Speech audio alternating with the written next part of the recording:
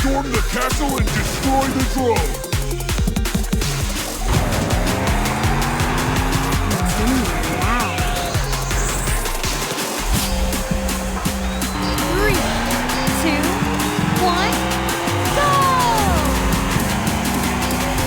This is not a video I wanted to make. When I heard that Raw Thrills Fast and Furious Arcade Edition was coming home, I pre-ordered immediately. I went for the Switch version because it was the only current-ish console I own. A PC version would have been nice, but I enjoyed Cruis'n Blast plenty on the Switch, so what did I have to lose?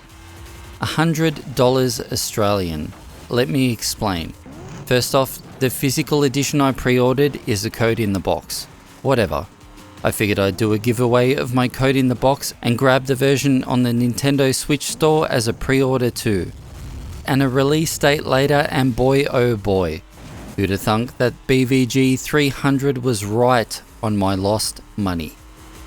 So Fast and Furious Arcade Edition is basically like every other Raw Thrills Fast and Furious arcade game, but with less content.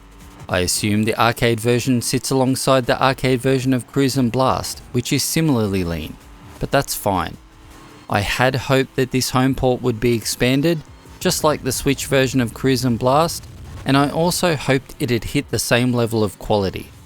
Well, I hate to break it to you all, but it's a far cry from Cruis'n Blast on the Nintendo Switch. Where to even start? This port aims for 30 frames per second, but it can't seem to even hold that most of the time. It looks nice in stills, but man, does it fall down in motion.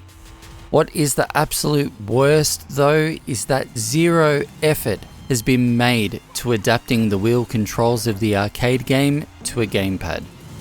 There is a wheel sensitivity slider in the options, but all it does is change control from 0 to 100. Basically from digital steering to ever so slightly less twitchy. Seriously, in all of the gameplay here, I'm making micro movements on the analog stick. It's pretty horrible and a far cry from what we had in Cruis'n Blast. It's just a bad experience all round. The negative stuff doesn't even stop there. There's the bugs. In my literal first half an hour of play, I've been stuck to walls, got stuck in a wheelie, had boost go off at the start of a race unprompted, and had the ground clip out and disappear from under me. This port to the Switch was done by Cradle Games for publisher Game Mill, and why they have created the only Souls-like I can actually tolerate, Hellpoint, what they have released here, for $50 Australian no less, does an absolute disservice to arcade racers everywhere. What should have been a rare and joyous occasion, a recent coin-op racer brought home for us to purchase and play, has been given zero love, at least on the Switch. I can't speak for the other console versions, but looking at the PS5 and PS5 Pro footage that has surfaced, it at the very least suffers from the same controller sensitivity issues. Until Fast and Furious Arcade Edition is patched, I'm telling you, avoid the game. There is no excuse here. This isn't a big open world game. There's no crazy physics under the hood here. What should have been a simple port of a simple arcade racer home has been botched in a way that beggars belief. Enjoy some gameplay from this Switch port of Fast and Furious Arcade Edition, or whatever.